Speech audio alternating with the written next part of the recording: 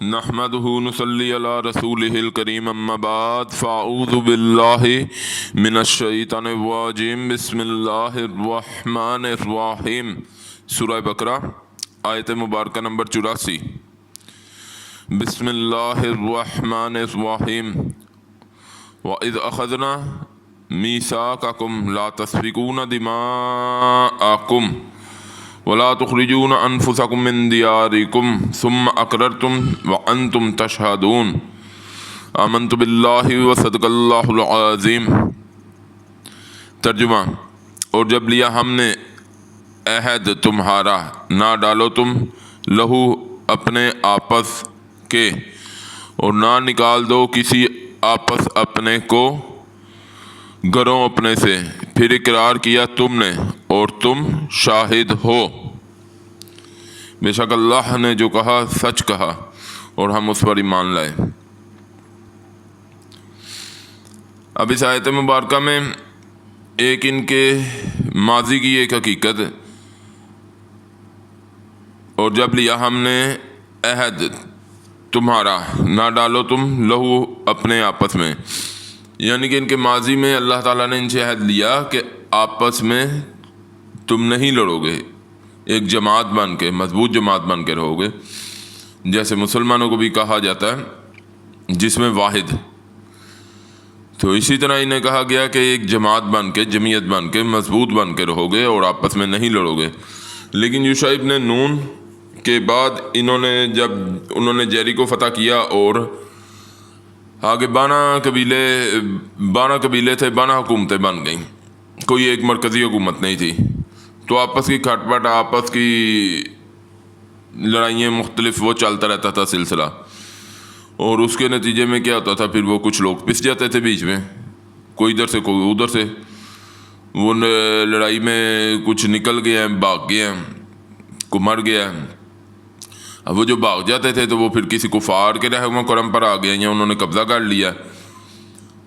اور جب وہ انہیں لائے ہیں، ظاہر وہ دور ایسا تھا تو وہ لائے ہیں انہیں بیچنے کے لیے، پہلے تو وہ ان کا نکالنا جائز نہیں تھا، پھر جب وہ دیکھتے تھے کہ یہ، یعنی کہ بنی اسرائیل والے دیکھتے تھے کافر انہیں لے کے آئے، کیونکہ اس ٹائم بنی اسرائیل امت مسلمہ تھی اس وقت کی، تو وہ کافر جب انہیں لا کے بیچتے تھے تو یہ بڑے متقی بن کے، اللہ کے بندے بن کے، کہ ہم تو نہیں دیکھ سکتے کہ اسرائیل کوئی قید ہو، تو ہم تو انہیں چھڑائیں گے، پھر ان کا دے کے تاوان تو وہ ان کی گردنیں چھڑاتے تھے۔ مختصر بات یہ ہے کہ اللہ رب العزت ہر چیز کا جو اللہ تعالیٰ نے طریقہ کار بتایا ہے، میں پھر دوبارہ دہرا دیتا ہوں، قرآن کی ہر آیت ایک ترازو ہے جس میں آپ وزن کر سکتے ہیں، جس کے ذریعے آپ دیکھ سکتے ہیں، ایک عدسہ ہے جس کے ذریعے آپ معاملات کو سمجھ سکتے ہیں۔ اس آیت مبارکہ میں جو عدسہ دیا جا رہا ہے کہ یہ انہوں نے تو نیکی اپنی طرف سے گردان لی کہ ہم پیسے دے کے، یعنی کہ تاوان دے کے ان کی گردنوں کو چھڑا رہے ہیں، نیکی کر رہے ہیں، لیکن نیکی کا معیار یہ ان کے نزدیک تھا، دیکھنے والے بھی متاثر ہوتے ہوں گے، لیکن چونکہ اللہ تعالیٰ کہہ رہے ہیں کہ ہم نے تم سے عہد لیا تھا کہ نہ ڈالو تم لہو اپنے آپس کے، اور نہ نکال دو کسی آپس اپنے کو گھروں اپنے سے، تو اللہ تعالیٰ بتا رہے ہیں ان کا تو گھر سے نکال دینا ہی ہم نے حرام کیا تھا، انہیں تم نے گھروں سے کیوں نکالا؟ تو اللہ تعالیٰ جس بات کی طرف اشارہ دلا رہے ہیں اور جو نظر ڈلوا رہے ہیں، اور اس کے اگلی آیت میں انشاءاللہ ہم پڑھیں گے افتؤمنون ببعض الکتاب وتکفرون ببعض، تو یہ ڈاکٹر اسرار احمد رحمۃ اللہ علیہ کی نظر میں یہ یونیورسل ٹروتھ وہ انہیں کہتے ہیں، ابدی حقائق، اس پوری کائنات کے جو قرآن میں آتے ہیں وہ ان چیزوں کو یونیورسل ٹروتھ کہتے ہیں ڈاکٹر اسرار احمد رحمۃ اللہ علیہ، اللہ ان کے درجات بلند کریں۔ تو مختصر بات یہی ہے کہ اللہ تعالیٰ بتا رہے ہیں کہ ان کا تو نکالنا ہی تم پہ حرام تھا، تم نے انہیں ایک چیز کو تم نے پہلے جو تم پر منع ہے، حرام ہے، اسے کیوں ہونے دیا؟ تو یہاں سے آپ وہ دیکھیں ہیلے بہانے، پھر شریعت میں نئی راہیں تلاش کرنا، تو یہ آپ کو سمجھ آ جائے گی ان باتوں کی۔ مختصر بات کر کے میں پھر وہی دہرا دیتا ہوں کہ جو اللہ کی رحمت سے کوشش کرے گا، محنت کرے گا، اللہ اسے ہی دیتے ہیں۔ تو ایک ایک آیت ریکارڈ کرنے کا مقصد یہی ہے کہ اللہ تعالیٰ توفیق دیں، تو اس کا مفہوم اور اس سے جو اللہ توفیق دیتے ہیں ان آیات سے دنیا کو دیکھنے کی اللہ ہمیں اور اپنا خصوصاً جائزہ لینے کی اللہ توفیق دے۔ تو اس آیت مبارکہ سے جو بفضل خدا بہت بڑا سبق ہے کہ اللہ تعالیٰ بتا رہے ہیں کہ انہیں تو نکال دینا ہی تم پر حرام تھا۔ آج امت مسلمہ کو اگر آپ دیکھیں تو مسلمانوں کے بارے میں 57 اسلامی ملک ہیں، وحدت کہاں ہے، جمعیت کہاں ہے؟ دیکھ لیں آپ، ٹکڑوں میں بٹے نہیں ہوئے۔ تو اللہ تعالیٰ کی رحمت سے ان آیات سے امت مسلمہ کو اگر دیکھیں گے تو بات زیادہ سمجھ آئے گی۔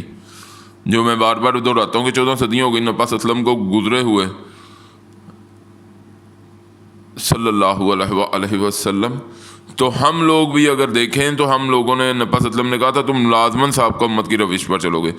تو آپ دیکھیں تو آپ کو بات پوری طرح سمجھ کے اندر آئے گی اللہ کی رحمت سے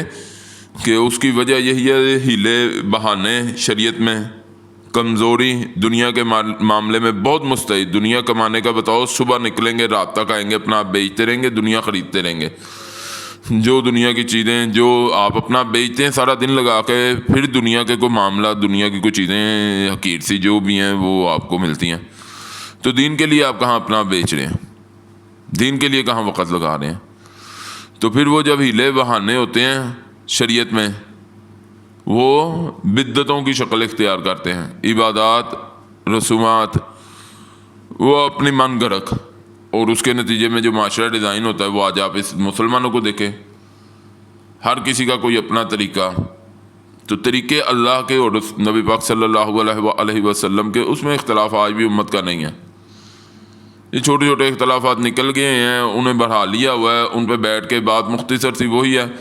کہ جو دین پر جو ہو سخت ہے، نئے رستوں میں تو اتنی بحث ہوتی ہے کہ سارا وقت اسی پہ لگ جاتا ہے۔ جو باتیں صحیح ہیں پہلے انہیں تو زندگی میں لاؤ، پھر جو نئے رستے ہیں ان پر بھی بیٹھ کے بات ہوگی۔ تو اللہ ہم سب کو ان آیات کے نتیجے میں اپنی تصحیح کرنے کی اور دین پر صحیح طرح اللہ ہمیں عمل کرنے کی توفیق عطا فرمائے۔ وآخر دعوانا ان الحمد للہ رب العالمین۔